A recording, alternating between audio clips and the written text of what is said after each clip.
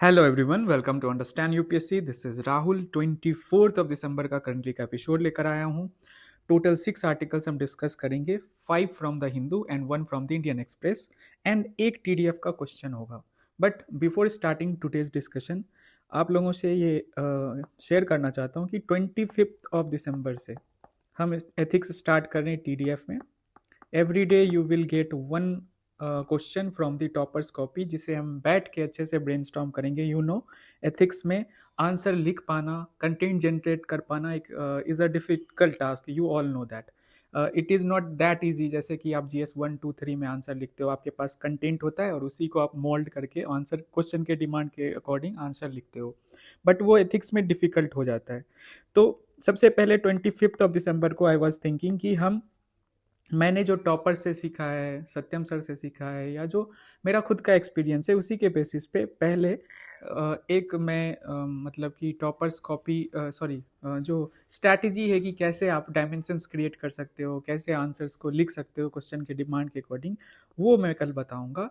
And there after उसके बाद हम टॉपर्स कॉपी के थ्रू क्वेश्चन ब्रेनस्टॉर्म करेंगे। ब्रेनस्टॉर्म करके एटलीस्ट ब्रेनस्टॉर्म तो कर लेंगे, और वो आप हमारे डेडिकेटेड ग्रुप जो है अंडरस्टैंड यूपीएससी का 2026 का, जो इस वीडियो के डिस्क्रिप्शन में सेकेंड लिंक पे आप क्लिक करके उधर पहुंच सकते हो।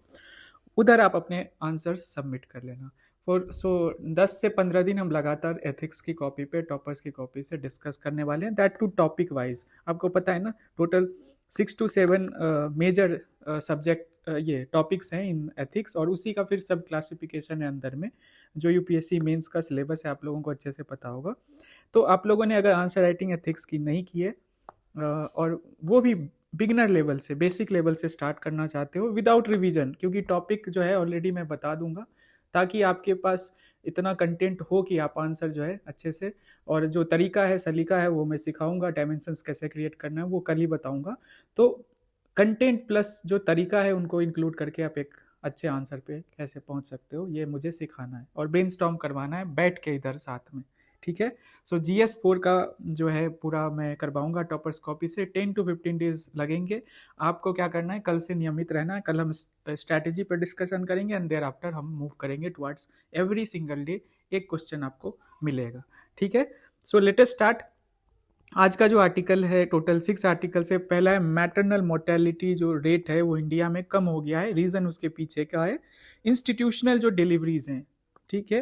ये सारी चीज़ें हम डिस्कस करेंगे। टर्म क्या है, इंस्टीट्यूशनल डिलीवरी क्या होती है, अगर आपको नहीं पता है तो उसे देखेंगे। ठीक है। GS 2 हेल्थ के कंटेक्स्ट में इसे देख सकते हैं। अच्छा, मतलब एक डेटा स्पेसिफिक है, और इसके साथ साथ ना प्रीलिम्स मेंस के लिए तो ये इंपॉर्टेंट है ही, जिसे आप कोट कर सकते हो अपने आंसर में। इसके साथ साथ प्रीलिम्स के को ध्यान में रखे भी मैं जो इंपॉर्टेंट स्कीम्स है, जिसकी वजह से मैटरनल मोर्टेलिटी रेट जो है ड्रॉप हुई है, इन्फेंट मोर्टेलिटी रेट जो है ड्रॉप हुई है, उसे हम देखेंगे। ठीक है। बेसिक लेवल पे उसे डिस्कस करेंगे। Then we have the second article, international relation. GS 2 से आप देख सकते हो कि भारत ने श्रीलंका के रिकवरी के लिए पहले हमने फोकस किया कि जो ह्यूमैनिटेरियन जो रिलीफ है हमने प्रोवाइड कराया। एक ऑपरेशन चला था, आप लोगों से उम्मीद करता हूँ उस ऑपरेशन का आपको नाम याद होगा। उसे आप कमेंट सेक्शन में लिखो। ठीक है। तो एक ऑपरेशन चलाया ह्यूमैनिटेरियन, जो क्विक रिलीफ है उसे देने के लिए। नाउ हम फाइनेंशियल रिकंस्ट्रक्शन चाहते हैं श्रीलंका की, तो उसमें मदद कर रहे हैं थ्रू 450 मिलियन जो है हम ऐड देंगे। कैसे ये 450 मिलियन डिवाइडेड है उसे भी डिस्कस करेंगे। ठीक है। Then we have the third article, India's first anti terror policy. ये फर्स्ट टाइम ऐसा हो रहा है कि हमारा एक एंटी टेरर पॉलिसी होगा, जो कि यूनिफॉर्म होगा अक्रॉस द स्टेट्स। ठीक है। जो टेररिस्ट एक्टिविटीज़ होती है इंडिया में, आपको रिसेंटली देखने को मिला है, तो उसके लिए एक यूनिफॉर्म जो है ना फ्रेमवर्क हम तैयार करने वाले हैं, तो इसे भी हम देखेंगे। Then we have the fourth article, ये कंटिन्यूसली हम डिस्कस कर रहे हैं। इंडिया बांग्लादेश रिलेशन जो है लगातार खराब हो रही है, उसी के कड़ी में एक और चीज़ सामने आया है। जो मिशंस हैं दोनों कंट्रीज़ में, मतलब हाई कमीशंस या डेप्टी हाई कमीशन, ये भी मैं बताऊंगा क्या होता है डेप्टी हाई कमीशन, वो उधर प्रोटेस्ट हो रहे हैं। ठीक है। तो उसी के ध्यान में रखते हुए जो करंट डेवलपमेंट है उसे हम डिस्कस करेंगे। Then we have prelims specific article जो कि इकोनॉमिक्स से है।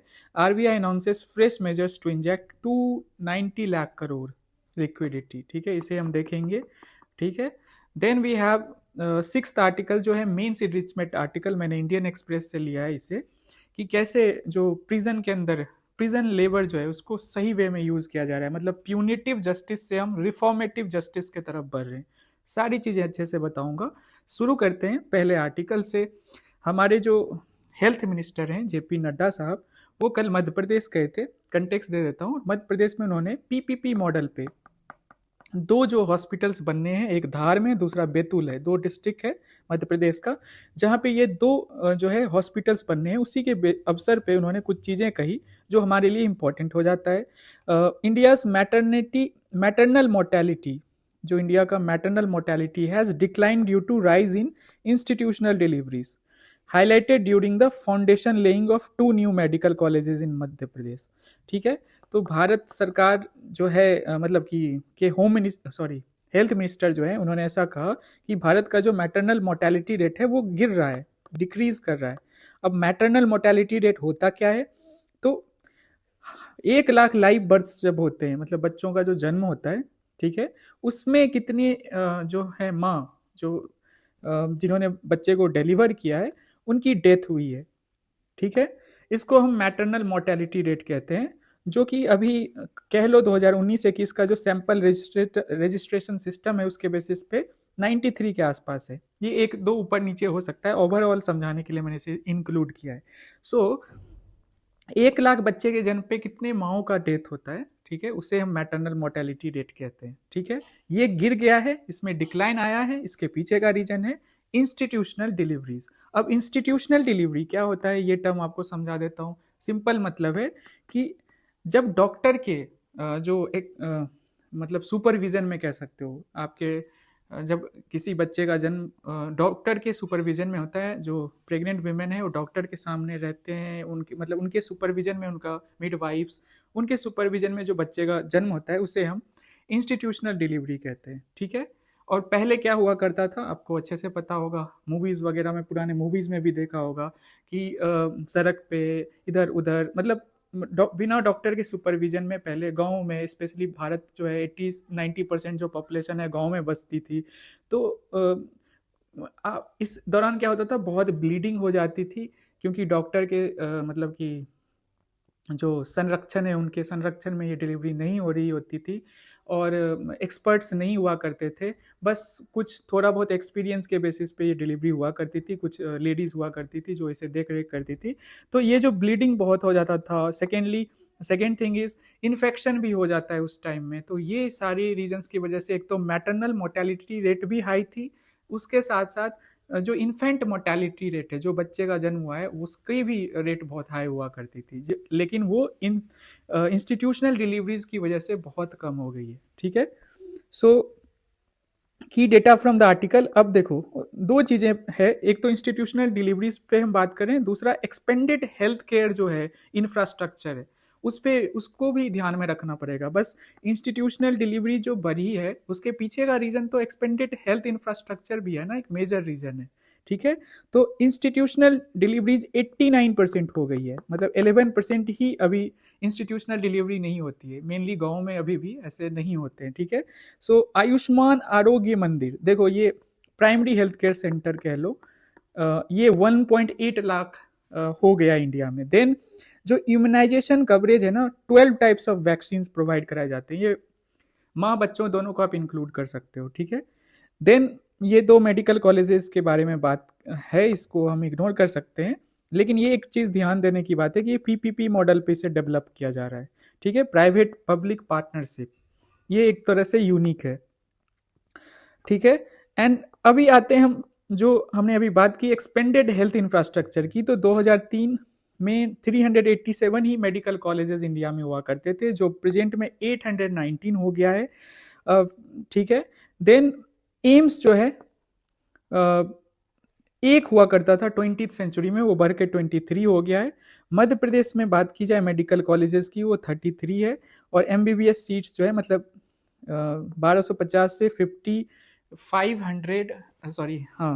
है, and PG seat post graduate seat जो है वो 2862 है। सो बेसिकली अगर आप मेडिकल कॉलेजेस की बात करें भारत में, तो ये आपके सामने डेटा है। ठीक है, और अच्छी बात यह है कि एक तरफ तो इंस्टीट्यूशनल डिलीवरी बढ़ी है, उसके पीछे का रीजन आपको सामने दिख ही रहा है कि एक्सपेंडेड हेल्थ इंफ्रास्ट्रक्चर है, ठीक है।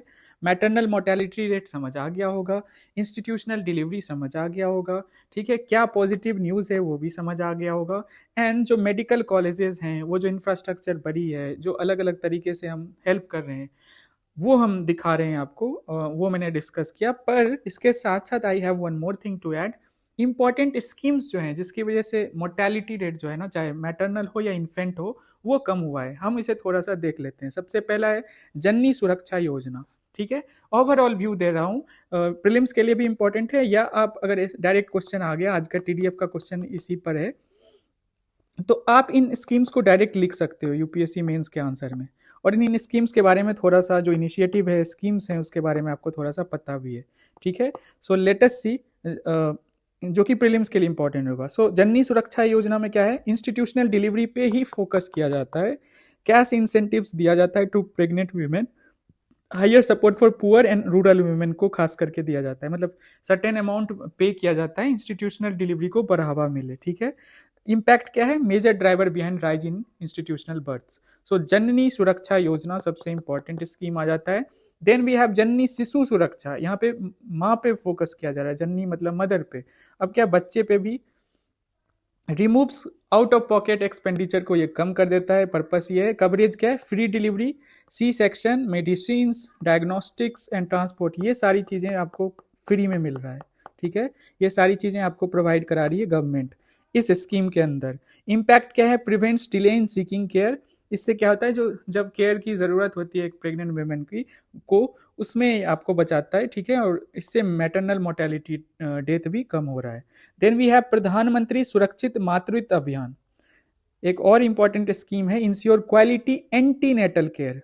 एंटीनेटल केयर क्या होता है, जो कि एएनसी यहाँ लिखा हुआ है, सिंपल है कि जब विमेन प्रेग्नेंट होती है तब से लेकर डिलीवरी या उसके बाद के भी पीरियड को हम क्या इंक्लूड कर सकते हैं, मतलब एंटीनेटल जब प्रेग्नेंट वुमेन रहती है, मेडिकल चेकअप्स, ठीक है, उनका वेट लॉस होना बढ़ना, ठीक है, बच्चे का भी उस तरीके से ध्यान रखना, तो ये आता है एंटीनेटल केयर के अंदर, ठीक है। Free antenatal checkup up to 9th of every month, ठीक है। And early detection of high risk pregnancies, ठीक है। सो प्रधानमंत्री सुरक्षित मातृत्व अभियान का सिंपल मकसद है एंटीनेटल जो है, क्वालिटी एंटीनेटल जो है प्रोवाइड कराया जाए जो प्रेग्नेंट वीमेन है उनको, और उनके साथ साथ जो बच्चा है, ठीक है। देन वी हैव लक्ष्य प्रोग्राम, क्या है, improve quality of care during delivery. अब जब डिलीवरी हो रही होती है ना, तो लक्ष्य जो प्रोग्राम है वो आ गया। Labour rooms, maternity operation theatres जो है ना, उस पे, उसके इंफ्रास्ट्रक्चर पे इस पे फोकस किया गया है कि जब डिलीवरी हो रही है उस समय जो ब्लड लॉस होता है या इन्फेक्शंस होने के डर रहते हैं, तो उस समय में आपके पास प्रॉपर इंफ्रास्ट्रक्चर होना चाहिए। तो ये लक्ष्य प्रोग्राम उसमें हेल्प कर रहा है। Reduces deaths during child birth, immediate post natal period, ठीक है। Then we have Ayushman Bharat, ये तो बहुत बड़ा है। हेल्थ एंड वेलनेस सेंटर, अभी हमने आरोग्य मंदिर पढ़ा था ना, इसी को कहा जाता है, आयुष्मान भारत के अंदर आ गया ये। Strengthen primary maternal health care, मैंने बोला था ना, प्राइमरी हेल्थ केयर के लिए आयुष्मान भारत जो है, आरोग्य मंदिर बहुत इंपॉर्टेंट हो जाता है। So ANC, PNC, nutrition and referrals, ठीक है।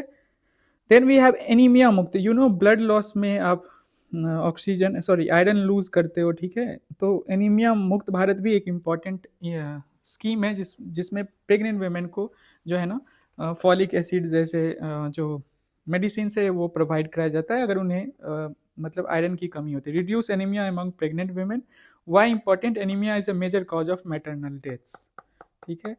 So all together we have Janani Suraksha Yojana, जननी शिशु सुरक्षा कार्यक्रम, प्रधानमंत्री सुरक्षा Matritva Abhiyan, Lakshya program, Ayushman Bharat and anaemia Mukt Bharat, ठीक है।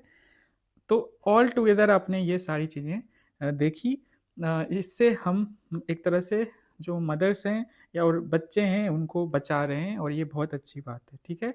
चलते हैं दूसरे आर्टिकल पे। भारत जो है 450 मिलियन का एड देगा। ये हमारे एस जयशंकर साहब हैं, वो रिसेंटली अभी श्रीलंका गए हुए, तो वहाँ पे India announced 450 million reconstruction package. देखो पहले फोकस क्या था, ह्यूमैनिटेरियन एड देना। जब जैसे ही साइक्लोन दितवा आती है, आपको पता है एक मेजर साइक्लोन आता है जो कि 650 पीपल के अराउंड श्रीलंका में डेथ होती है, और इंफ्रास्ट्रक्चर को बहुत तगड़ा लॉस होता है। ठीक है, जान भी गया और साथ साथ इंफ्रास्ट्रक्चर का भी इशू रहा। तो पहले तो जान बचाने के लिए हमने ह्यूमैनिटेरियन ऐड दिया, उसके अलावा हम अब जो है फाइनेंशियल रिकंस्ट्रक्शन करना चाहते हैं श्रीलंका का, तो उसी बेसिस पे 550 मिलियन का हम जो है एक तरह से पैकेज दे रहे हैं to Sri Lanka, to help Sri Lanka recover from cyclone devastation and signal strong neighbourhood support. ठीक है, ये दो रीजंस हैं। इंडिया का नेबरहुड फर्स्ट पॉलिसी एक तरह से आपको समझ आ रहा होगा कि इसके थ्रू हम मतलब कि हेल्प कर रहे हैं, और समझ आ रहा होगा सबको कि क्यों इंडिया के लिए नेबरहुड इंपॉर्टेंट है। व्हाट इंडिया ऑफर्ड, तो 450 मिलियन पैकेज, जिसमें से 350 million as a concessional lines of credit, मैं इसको समझाऊंगा इसका क्या मतलब है, और ग्रांट 100 मिलियन का। देखो सिंपल है, लाइंस ऑफ क्रेडिट का मतलब होता है कि चीपर लोन, बहुत सस्ता लोन, जो मार्केट रेट इंटरेस्ट रेट जो ली जाती है ना उससे बहुत कम। इसका पर्पस ये नहीं होता है कि पैसे आपको कमाना है, इसका पर्पस होता है हेल्प करना है। तो एक तो चीपर इंटरेस्ट रेट होता है, साथ में लॉन्ग रिपेमेंट पीरियड आपके पास होता है। मतलब कोई कंट्री इसको ले रही है ना, जैसे श्रीलंका को हम 350 मिलियन का कंसेशनल जो लाइंस ऑफ क्रेडिट दे रहे हैं, तो वो लंबे पीरियड में आप इसको चुकता कर सकते हो, आपके पास बहुत समय मिलेगा। ठीक है, एंड देन और हाँ, ये आपको रीपे करना है, ध्यान रहे, ऐसा नहीं है कि आपको रीपेमेंट नहीं करनी है। सिमिलरली, नॉट सिमिलरली, ग्रांट्स का मतलब होता है फ्री, मतलब यहाँ पे आपको कुछ वापस नहीं देना है। 100 मिलियंस का हम ग्रांट भी दे रहे हैं टू श्रीलंका। ठीक है, so areas worst hit by the climate shock, वहाँ पे हमें फोकस करना है। बोला मैंने फाइनेंशियल रिकंस्ट्रक्शन श्रीलंका का करना है, तो इमीडिएट रिस्पॉन्स में India deployed military personnel and resources for rescue and relief, including operations in remote and flooded regions. और डिप्लोमेटिक सिग्निफिकेंस भी हमें दिखता है कि marked a new chapter in India Sri Lanka relations, Sri Lanka conveyed gratitude for India swift assistance. ठीक है, श्रीलंका के राष्ट्रपति ने ऐसा कहा। अब देखो, एक तरफ बांग्लादेश के साथ हमारे रिलेशंस खराब हो रहे हैं, दूसरी तरफ हम श्रीलंका जो कि एक इमीडिएट नेबर है हमारा, इनके साथ भी रिलेशंस एक पॉइंट पे खराब हुए थे। बट लुक एट मतलब कि the way India is helping Sri Lanka, इस शो करता है कि इंडिया नेबरहुड पॉलिसी को लेकर कितना सीरियस है। ठीक है, then we have the third article, anti terror. First anti terror policy की तरफ हम बढ़ रहे हैं।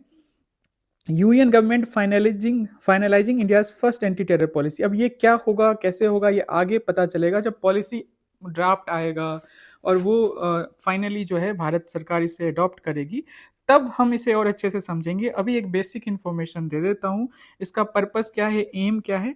Uniform framework for states to prevent, preempt and respond to terror attacks. देखो, एक यूनिफॉर्म फ्रेमवर्क बनाएंगे इस पॉलिसी के थ्रू। ठीक है, और सारे स्टेट्स मतलब के लिए एक यूनिफॉर्म फ्रेमवर्क होगा कि किस तरह से हम प्रिवेंट कर पाए। ठीक है, ऐसे जो टेरर अटैक्स अभी दिल्ली में हुआ था, आपने देखा होगा हरियाणा में भी इस तरह से प्लानिंग थी, जम्मू कश्मीर से रिलेटेड था, 3-4 ऐसे स्टेट्स इसमें इंक्लूडेड थे। तो हमें एक यूनिफॉर्म फ्रेमवर्क की ज़रूरत है। ठीक है, ताकि रोक पाए ऐसे टेरर अटैक्स को फ्यूचर में। So recent attacks, rise in online radicalisation भी आपको दिख रहा होगा। ठीक है, ओपन बॉर्डर मिसयूज ये भी दिख रहा होगा, and foreign funded conversion networks, ये सारे 4-5 चीज़ों का प्रमाण आपको मिला है जिसके थ्रू इंडिया में टेररिस्ट जो अटैक्स करवाए जाते हैं। ठीक है, सो फोकस है preemptive action, intelligence led policing and standard SOPs. ठीक है, ये 3 चीज़ों पे फोकस रहेगा इस पॉलिसी के थ्रू कि हम किस तरह से प्रीएम्प्टिव एक्शन ले पाए, और इंटेलिजेंस लेड पॉलिसिंग, यहाँ पे नेट ग्रिड पे हम आएंगे। ठीक है, एंड स्टैंडर्ड एसओपी जो है हर स्टेट्स जो है ना यूनिफॉर्मली इसको फॉलो करें टू प्रिवेंट टेररिस्ट अटैक्स। ठीक है, और बाकी ये 3-4 चीज़ें हैं हम ऑलरेडी डिस्कस कर चुके हैं। ऑनलाइन रेडिकलाइजेशन को भी कैसे हम मतलब कि चेक कर सकते हैं, ओपन बॉर्डर्स जो है मिसयूज उसे भी चेक कर पाएंगे, and foreign funded conversion networks को भी चेक कर पाएंगे। सो की टूल्स में क्या है, national intelligence grid for data based threat detection. आपको पता है नेशनल इंटेलिजेंस ग्रिड के बारे में एक बार बहुत अच्छे से डिस्कस किए थे। क्या है ये, एक डेटा बेस्ड स्ट्रक्चर है। ठीक है, जहाँ पे इंफॉर्मेशन जो है शेयर की जाती है हमारे एजेंसीज के साथ एक प्रॉपर कोऑर्डिनेटेड मैनर में। ठीक है, तो उसी को इसको भी एक सेंटर में रखा जाएगा। जैसे हमने बात की ना इंटेलिजेंस लेड पॉलिसिंग, तो नेट ग्रिड को सेंटर में रखा जाएगा। ठीक है, जिससे कि डेटाबेस थ्रेट को हम डिटेक्ट कर पाए। Institution inputs from national investigation agency का भी रोल बहुत इंपॉर्टेंट हो जाता है, जो कि होम मिनिस्ट्री के अंदर आता है। ठीक है, अब एंटी टेरर कॉन्फ्रेंस होना है 26 और 27 दिसंबर को दिल्ली में। तो इस पॉलिसी पे और भी चीज़ें जो अब मतलब इंफॉर्मेशन है आएगी, जो इस आर्टिकल में कहा गया है, तो और क्लैरिटी आएगी। अभी जो है ना, अभी तो स्पेकुलेशन है कि आने वाली है, ये हमें पता है, बट क्या क्या उसके अंदर होगा, किस तरह से चीज़ें मतलब कि ड्राफ्ट की जाएगी, वो और क्लैरिटी आगे मिलेगी। ठीक है, उसे हम आगे तो कवर करेंगे ही जनवरी में। फाइन, चलते हम नेक्स्ट आर्टिकल पे। इकोनॉमिक्स का ये इंपॉर्टेंट आर्टिकल है, ये पहले भी हम डिस्कस कर चुके हैं कि हमारी जो रिजर्व बैंक है ना, जो सेंट्रल बैंक है, वो इंडिया में लिक्विडिटी, इंडियन मार्केट में, इंडियन कह सकते हो इकोनॉमी में लिक्विडिटी जो है ना इन्फ्यूज करना चाहती है। तो उसके लिए वो ओपन मार्केट ऑपरेशन करेगी, और उसके साथ साथ जो रुपी डॉलर स्वैप भी होगा। ठीक है, इसको भी हम डिस्कस करेंगे क्या है ये, कैसे है। So the Reserve Bank of India announced fresh liquidity measures worth 290 lakh crore, ठीक है, through open market operations and a dollar rupee swap. इसको भी बताऊंगा, एक दो, to ease tight rupee liquidity, ठीक है, stabilise money markets and manage foreign exchange pressures. देखो तीन चार पर्पस हैं कि लिक्विडिटी जो है उसको ईज किया जाए, स्टेबलाइज मनी मार्केट जो है इंडिया का मनी मार्केट, उसको स्टेबलाइज किया जाए, उथल पुथल मचा हुआ है, and manage foreign exchange pressure, जो फॉरेन एक्सचेंज है, फॉरेक्स है, उसको भी हम अच्छे से मैनेज कर पाए। सो पहली बात, आपको पता है कि आपको पता होना चाहिए ओएमओ क्या है, ओपन मार्केट ऑपरेशन क्या है, कि इसमें क्या होता है, लिक्विडिटी इंजेक्ट भी की जाती है और एब्जॉर्ब भी की जाती है, मतलब बढ़ाई भी जाती है लिक्विडिटी और कम भी की जाती है। अभी क्या फोकस है, बढ़ाने का। सो आरबीआई क्या करती है, so open market operations are the purchase और सेल ऑफ गवर्नमेंट सिक्योरिटीज। जब आप गवर्नमेंट सिक्योरिटीज आरबीआई मार्केट में बेचेगी, जब लोग इसे खरीदेंगे, तो क्या होगा, आरबीआई क्या करेगी, पैसे देगी गवर्नमेंट के बिहाफ पर लोगों को। अब लोगों के हाथ में पैसे आ गए, लोगों के हाथ में, बैंक्स के हाथ में पैसे आ गए, तो क्या हुआ, लिक्विडिटी इन्फ्यूज हो गया। क्या हुआ, सिक्योरिटीज आरबीआई ने खरीद ली, पैसे दे दी टू जो है बैंकिंग सिस्टम में पैसे डाल दी। अब इसका उल्टा कर दो, जब आरबीआई सिक्योरिटीज बेचेगी, ठीक है, अभी परचेज कर रही थी और जब बेचेगी तो क्या होगा, लिक्विडिटी क्या होगा, आप क्या करोगे, सिक्योरिटी बैंकिंग सिस्टम में जाएगा, वो खरीदेंगे और बाकी पैसे वो आरबीआई को दे देंगे। तो इस तरीके से क्या होगा, लिक्विडिटी एब्जॉर्ब हो जाएगी। ठीक है, समझ गए, इजी था। सो RBI in the open market to regulate liquidity in the banking system. RBI purchases government security, injects liquidity इस तरीके से जो अभी होगा, and RBI sells government security जो है एब्जॉर्ब करना, तब होगा, ये अभी का नहीं है। जब लिक्विडिटी बढ़ जाती है तब ये यूज किया जाता है ये टूल। तो है तो ये भी ओपन मार्केट ऑपरेशंस, यहाँ पे सिक्योरिटी जो है गवर्नमेंट सिक्योरिटीज इन्वॉल्व हो रहे हैं, लेकिन अभी क्या करना है, इंजेक्ट करना है लिक्विडिटी। ठीक है, अब है डॉलर रूपी स्वैप, ये 10 बिलियन का होना है। इसमें क्या होगा, सिंपल मैं समझा देता हूं। अभी डॉलर्स ज्यादा हो गए, ठीक है, बैंकिंग सिस्टम में, आरबीआई क्या करेगी, टेम्पररी 2 3 4 सालों के लिए आरबीआई क्या करेगी, बैंकिंग सिस्टम से डॉलर खरीद लेगी, बदले में पैसे दे देगी इंडियन रुपी। अब देखो बैंकिंग सिस्टम के पास क्या होगा, रुपी अगेन इंजेक्ट हो रहा है, उनके पास और रुपी आ रहा है डॉलर के बदले में। बाद में ये डॉलर्स वापस कर सकती है आरबीआई, अभी के लिए डॉलर्स के बदले में रुपी बैंकिंग सिस्टम को आरबीआई दे रही है। तो यहाँ भी आप लिक्विडिटी जो है ना इन्फ्यूज कर रहे हो इंडियन इकोनॉमी में। ठीक है, समझ गए। सो ओएमओ आप समझ गए, एंड जो ये करेंसी स्वैप होना है डॉलर और रुपी के बीच में, ये भी आप समझ गए। चलते हम नेक्स्ट आर्टिकल पे। Bangladesh missions in India witness protests. चलिए इसको हम देखते हैं कि अब पहले ये मैं बता देता हूँ, आपको पता होगा कॉमनवेल्थ जो कंट्रीज हैं, तो उनकी जो एम्बेसीज कैपिटल में होती है तो उसको हाई कमीशन कहते हैं। ठीक है, 2 Commonwealth countries, India and Bangladesh Commonwealth का पार्ट रही है, मतलब कह लो इनडायरेक्टली कह सकते हैं कि हम जो है ब्रिटिश जो कॉलोनीज रहे हैं। ठीक है, तो कैपिटल जो है बांग्लादेश का कैपिटल ढाका है और इंडिया का कैपिटल न्यू दिल्ली है। तो हमारी जो एम्बेसीज है ना, तो उसको हाई कमीशन कहते हैं। ठीक है, चलो इतना नहीं जाना, 2 कैपिटल में। और जब ये कैपिटल के अलावा किसी मतलब कि सिटी में, बांग्लादेश के किसी सिटी में या इंडिया के किसी सिटी में जो मिशन हमारी होंगी उसको डेप्यूटी हाई कमीशन कहा जाएगा। ठीक है, फाइन, समझ गए, बेसिक है। और ये जब कॉमनवेल्थ कंट्रीज नहीं होती है तब हम कौन सा टर्म यूज करते हैं? जब कैपिटल होता है तो हम एम्बेसी कहते हैं सिंपली, और जब कैपिटल नहीं होता है तो हम कॉन्सुलेट कहते हैं। फाइन, अब हम देखते हैं इस चीज को। So protest erupted outside Bangladesh diplomatic mission in India. Bharat में आपको पता है इंसिडेंट, आपको पता है बांग्लादेश में एक यूथ जो है, हिंदू यूथ को मतलब पब्लिकली जला दिया गया, मतलब लिंच किया गया, मार दिया गया एंड देन जला दिया गया। तो भारत में जो कुछ हिंदू ऑर्गेनाइजेशंस है ना, उन्होंने प्रोटेस्ट जाहिर किया बांग्लादेश के जो डिप्लोमेटिक मिशन है इंडिया में, जिसमें विश्व Hindu Parishad, Bajrang Dal, demanding protection of Hindu minorities इन बांग्लादेश। ठीक है, so following the protest Bangladesh summoned India's high commissioner, जो ढाका में भारत के हाई कमिश्नर जो बांग्लादेश भेजे गए उनको समन किया। ऐसे ही प्रोसेस एक होता है और भारत भी उसको बुलाते हैं, आप लोगों को न्यूज में बहुत बार देखा होगा। And sought a thorough investigation condemning intimidation near diplomatic establishment. ठीक है, जो ऐसा हुआ इस बेसिस पे जो बांग्लादेश के जो डिप्लोमेटिक मिशन है वहाँ प्रोटेस्ट हो रहा है, तो इस बेसिस पे उनको बुलाया गया। ठीक है, भारत के जो हाई कमिश्नर है इन बांग्लादेश। ठीक है, भारत ने भी सेम किया। India in response called the Bangladeshi high commissioner in New Delhi describing the meeting as a cordial discussion aimed at de escalation बढ़े। जो दोनों कंट्रीज के बीच में चीजें एस्केलेट कर रही है ना फॉर मल्टीपल रीजन्स, उसको भी देखते हुए भारत सरकार की ओर से भी उनको बुलाया गया, जो भारत में हाई कमिश्नर है बांग्लादेश के। Bangladesh objected to allegations linking India to the, हाँ एक और चीज है इस डेवलपमेंट के बारे में बताना चाहूंगा कि शरीफ ओस्मान हदी, ठीक है, एक बांग्लादेशी रेडिकल है जिसको अननोन गनमैन ने उनकी जान ले ली। ठीक है, तो बांग्लादेश के कुछ ऑर्गेनाइजेशंस, बॉडीज या कह लो स्टूडेंट्स हैं, वो कह रहे हैं कि भारत ने ये करवाया, मतलब बांग्लादेश में उनको मार दिया गया। ठीक है, तो इस पे बांग्लादेश सरकार ने कहा कि बिना एविडेंस के भारत के ऊपर आरोप लगाना is not a good thing. ठीक है, so Bangladesh objected to allegations linking to India to the killing of Indian of a radical leader, calling them unsubstantiated and diplomatically damaging. Bangladesh खुद ये कह रही है, बांग्लादेश की जो गवर्नमेंट है वो खुद कह रही है कि हमें भारत पे आरोप नहीं लगाना चाहिए, इससे क्या होगा, संबंध और खराब होगा।